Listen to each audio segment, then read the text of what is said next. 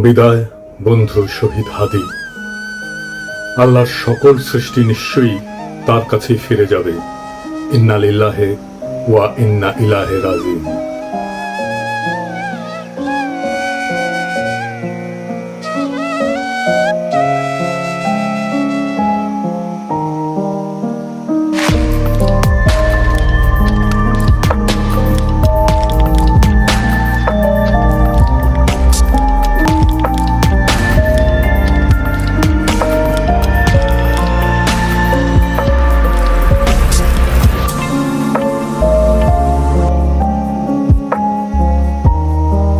ফ্যাসিবাদ বিরোধী সংগ্রামে আমাদের সহযোদ্ধা বীর শরীফ ওসমান হাদি আমাদের এই পৃথিবীর মায়া ছেড়ে চলে গেছে।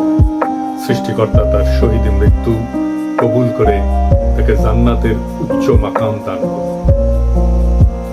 হাদির শহীদ হওয়ার খবরের পরে সারা বাংলাদেশ শোকে বিহ্বল এবং ক্রোধে বিক্ষুব্ধ হয়ে উঠছে। চারিদিকে নানা ঘটনা ঘটছে। প্রথম আলো ডেইলি স্টারে আগুন দিয়ে ভস্মীভূত করে দেওয়া হয়েছে।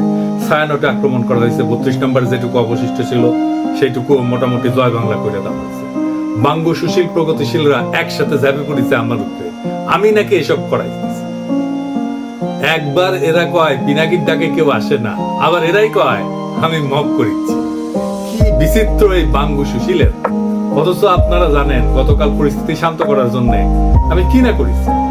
এমনকি ডেইলি স্টারের সাংবাদিকদের যারা উদ্ধার করছে তাদের সাথে সার্বক্ষণিকভাবে যুক্ত থেকে কাজটা সুচারুরূপে যেন সম্পন্ন হয় সেটা আমি দেখছি। প্রিয় দেশবাসী, ডেইলি স্টার অফিসে ভেতরে অনেক সাংবাদিক আটকা পড়েছে। আপনারা মেহেরবানি করে সেনাবাহিনীকে আটকে পড়া সাংবাদিকদেরকে উদ্ধার করতে দিন। আপনাদের অনুরোধ করছি, মেহেরবানি করে দয়া করে আটকে পড়া সাংবাদিকদেরকে সেনাবাহিনীকে উদ্ধার করতে দিন। হাদির পবিত্র স্মৃতিকে কলঙ্কিত আমরা না করি। সবাইকে আমি শান্ত থাকার আহ্বান জানাচ্ছি। সেনাবাহিনীর যে দল এখানে তাদের উদ্ধার করতে গেছিল তারাই বার্তা পাঠায় জানাইছে তারা উদ্ধার করতে পারতেছে না, আমি যেন সাহায্য করি। যাই হোক, তবে যদি কেউ বলে যে প্রথম আলো ডেইলি স্টারের আর ছায়ানটের বিরুদ্ধে অবিরাম ফাইট দিয়ে গেছি, আমি তাদের জয় বাংলা করার ইচ্ছা পোষণ করেছি, এটা সত্য। এর জন্য যদি আমরা দায় দিতে চায় দিতে পারে, ফেয়ার এনাফ, আমিও দায় নিতে রাজি আছি। তবে সাথে উদিসি আর সিবিবি জয় বাংলা করতে চাইছি, এবার হয় নাই, হবে ইনশাল্লাহ। আমি প্রত্যেকটা ইনস্টিটিউটকে অসংখ্যবার তারা কি কি আকাম করতেছে সেটা দেখাই দিচ্ছি। বলছি সংশোধিত হইতে হয় নাই। আমি প্রথম আলোর সামনে জিয়াফত করেছি, দাবি ছিল প্রথম আলোর ডেইলি স্টারের সম্পাদকীয় নীতি পরিবর্তন করতে হবে, করে নাই। তাদের শয়তানি চালায় গেছে। কয়েকদিন আগে ডিসেন্ট দেখাইলো কিভাবে জামাত, বিএনপি, হেফাজত আর আওয়ামী লীগের কর্মসূচিতে সহিংসতার ভাষা প্রথম আলোতে আলাদা আলাদা, পুরা ভাষা আলাদা। এক একটা সংগঠনের জন্য এক এক রকম ভাষা। আওয়ামী লীগের জন্য সবচেয়ে সব, কোনো পরিবর্তন নাই। জিয়াপদে আমাদের পিটায় তাড়ানো হইলেও সে কি উল্লাস ডেইলি স্টার আর প্রথম আলো সাংবাদিকদের। তো এটা হলে মানুষদের মনে থাকে, মনে না থাকলেও আমরা মনে করাই দেব। এখন তো ছায়ানটে কেন হামলা? ছায়ানট কি গান শিখায়? না, গান না। তারাই বলে মুক্তিযুদ্ধের চেতনা বিনির্মাণ ছায়ানটের লক্ষ্য। এটা তো আওয়ামী বয়ান তৈরির সব পাওয়া। এটা তো জনগণ চিনে। হাসিনা পলায় গেছে, এরা তো আগে সেই কাজ করে যাচ্ছে। 2024-এ 5ই আগস্টের পর ফ্যাসিবাদের বিরুদ্ধে কোনো কাজ করেছে এরা? করা লাগলো, করে নাই। 2025-এ পয়লা বৈশাখে তারা বলে বাঙালি জাগবেই, সবাই মিলে সুন্দর দিন কাটানোর সময় ফিরবেই, মানে এখন নাই, সার্থক হবেই। মানুষ, দেশ, এই পৃথিবীকে ভালোবেসে চলবার মন্ত্র, মানে সময়টা চলে গেছে, আবার চট করে ফিরে আসবে। এখন সবাই মিলে সুন্দর করে দিন কাটাইতেছি না, এই কান্নাকাটি ওদের থাকবে। এই গান তো করতে আসে নাই, রাজনীতি করতে আসছে। মাইক খাবে না? আমাদের হাদিও একটা কালচারাল ফ্রন্ট করেছিল, ইনকিলাব মঞ্চ, ওরা তো মাইরাই ফেললো আওয়ামী লীগের লোক।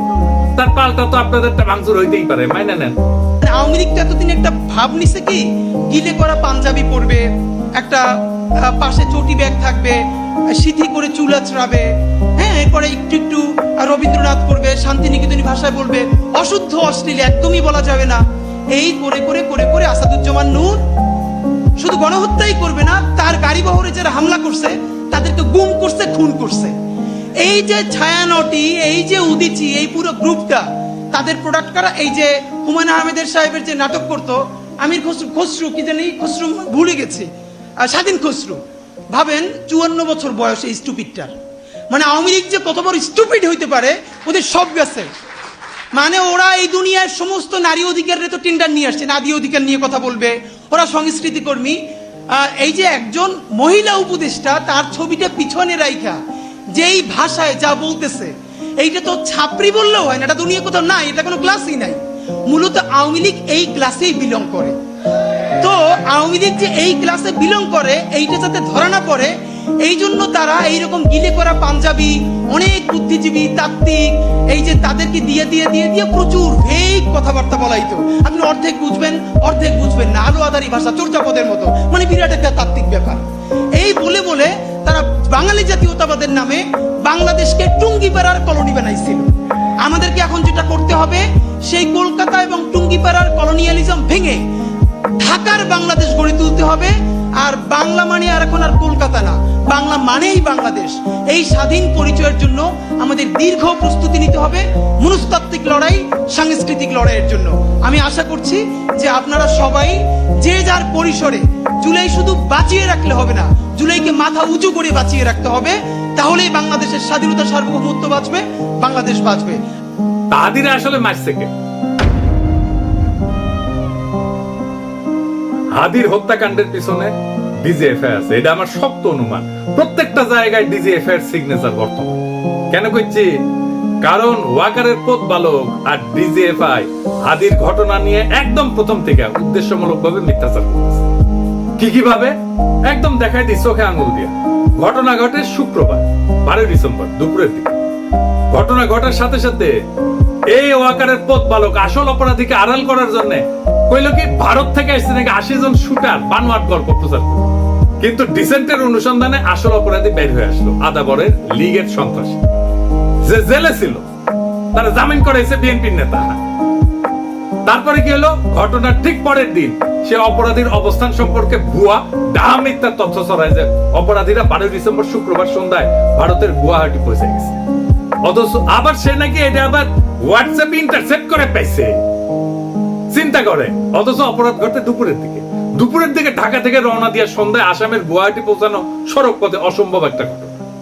এছাড়া ঘাতক ফয়সালের বাবা মা আদালতে তাদের স্বীকারোক্তিতে বলছে ঘাতক সেই শুক্রবার রাতে ঢাকার আগারগাঁওয়ে তার বোনের বাসায় ছিল।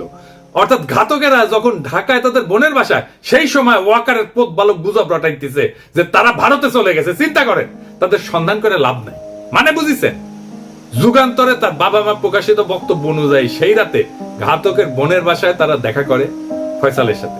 সেখানে আসামি শুটার ফয়সাল তার অবস্থান নিরাপদ মনে না হয় আগারগাঁও থেকে মিরপুরে যায়।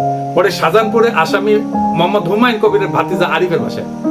শুটার ফয়সালের ব্যাগ নিয়ে তার বাবা হুমায়ুন কবির একটা সিএনজি ভাড়া করে দেয় এবং সঙ্গে কিছু টাকাও দেয়। পরবর্তীতে আসামিরা তার ছোট ছেলে হাসান মাহমুদ বাবলু ওরফে রাজের কেরানীগঞ্জের বাসায় আসে এবং তারা জুরাইন থেকে 2টা মোবাইল সিম কিনে ব্যবহার করে। বাবা আমার বক্তব্য যেটা পত্রিকায় প্রকাশ হয়েছে, আমি বাইরে করছি না, সেটা অনুযায়ী ঘাতক যে এখন ভারতে আছে এমন কোনো তথ্য নাই।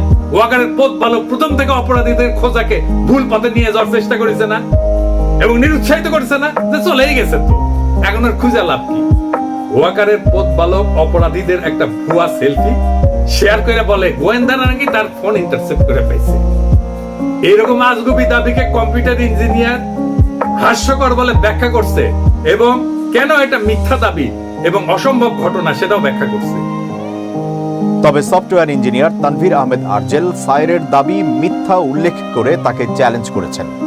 আইটি এক্সপার্ট তানভীর আহমেদ গণমাধ্যমকে জানান, একজন সফটওয়্যার ইঞ্জিনিয়ার হিসেবে বলছি, জুলকারনাইন সায়ের 100% ভুয়া তথ্য দিয়েছে। সে দাবি করছে অপরাধীরা অন্যের মোবাইলে সেলফি পাঠাইছে আর সেটা গোয়েন্দা সংস্থা ইন্টারসেপ্ট করে এই ছবি পাইছে। 2026-এ এসেও এই কথা বিশ্বাস করার মতো নয়। পথ বালককে বলছিল এসে ডিবেট করতে, করে নাই। এই 3টা ঘটনা থেকে এটাই প্রমাণিত হয় যে ওয়াকারের পথ বালক আর ডিজিএফআই প্রথম থেকে আদির ঘটনা নিয়ে আসল অপরাধীকে আড়াল এবং রক্ষা করার জন্য একের পর এক মিস ইনফরমেশন আর স্মোক স্ক্রিন ছড়াই গেছে। এই ইন্ডিয়ার দালাল পথ বালক বাংলাদেশের জনগণের 1 নাম্বার শত্রু, বাংলাদেশের স্বাধীনতা সার্বভৌমত্বের শত্রু। তবে একটা কথা সবাইকে একটু বলি, শোনেন, শহীদ ওসমান হাদির মরদেহ এখনো দেশে এসে পৌঁছায়নি। স্বাভাবিকভাবে আমাদের প্রত্যেকের হৃদয়ে ভারাক্রান্ত আবেগে বিক্ষুব্ধ। এই মুহূর্তে আমাদের সবচেয়ে আগে যেটা দরকার তা হলো সর্বোচ্চ সংযম এবং দায়িত্বশীল আচরণ নিশ্চিত করা, যেন একজন জুলাই যোদ্ধার বিরচিত আত্মত্যাগের প্রতি যথাযথ সম্মান জানায়, তার জানাজা এবং দাফন শান্তিপূর্ণ এবং মর্যাদার সাথে সম্পন্ন করা। এমন সংবেদনশীল সময় পরিস্থিতিকে আরো নাজুক করে তুললে এটা হবে একেবারে বেপরোয়া এবং আত্মঘাতী, যার পরিণতি হবে গভীরভাবে ক্ষতিকর। এর তাৎক্ষণিক ফলাফল অনুমান করা কঠিন না, কিন্তু তা হবে ধ্বংসাত্মক। দীর্ঘদিনের ক্ষোভ থেকে ফ্যাসিস্ট বয়ান উৎপাদনকারী দেশের দুইটা পত্রিকা জনতা হামলা ভাঙচুর অগ্নিসংযোগ হয়েছে এবং আগুনে কিন্তু একটা পত্রিকার সাংবাদিকদের জীবন বিপন্ন হয়ে উঠছিল। পরিস্থিতির যেন আর অবনতি না হয়, মেহেরবানি করে সতর্ক থাকবে। আমাদের তো সব কাজের দোষ। বিদেশি গণমাধ্যম চাইবে, ইন্ডিয়া চাইবে হাদির শহীদ মৃত্যুকে শিরোনাম না বানায় অগ্নিসংযোগ ভাঙচুরের দৃশ্যকে শিরোনাম বানায়। এটা ঘটলে আড়ালে পড়ে যাবে আসল এবং জরুরি সত্য, হাদির শাহাদাত, তার আদর্শ এবং যে শক্তির বিরুদ্ধে লড়াই করতে যেয়ে তাকে প্রাণ দিতে হয়েছে। আরো দুঃখজনক হইল, গুলিবিদ্ধ হওয়ার পর সারা দেশে হাদিকে ঘিরে যে বিপুল ভালোবাসা, দীপ্ত আবেগ এবং নৈতিক সংহতির জোয়ার সৃষ্টি হয়েছে তা মারাত্মকভাবে ক্ষতিগ্রস্ত। আমরা কোনোভাবেই হাদির আত্মত্যাগকে এইভাবে নষ্ট হতে দিতে পারি না।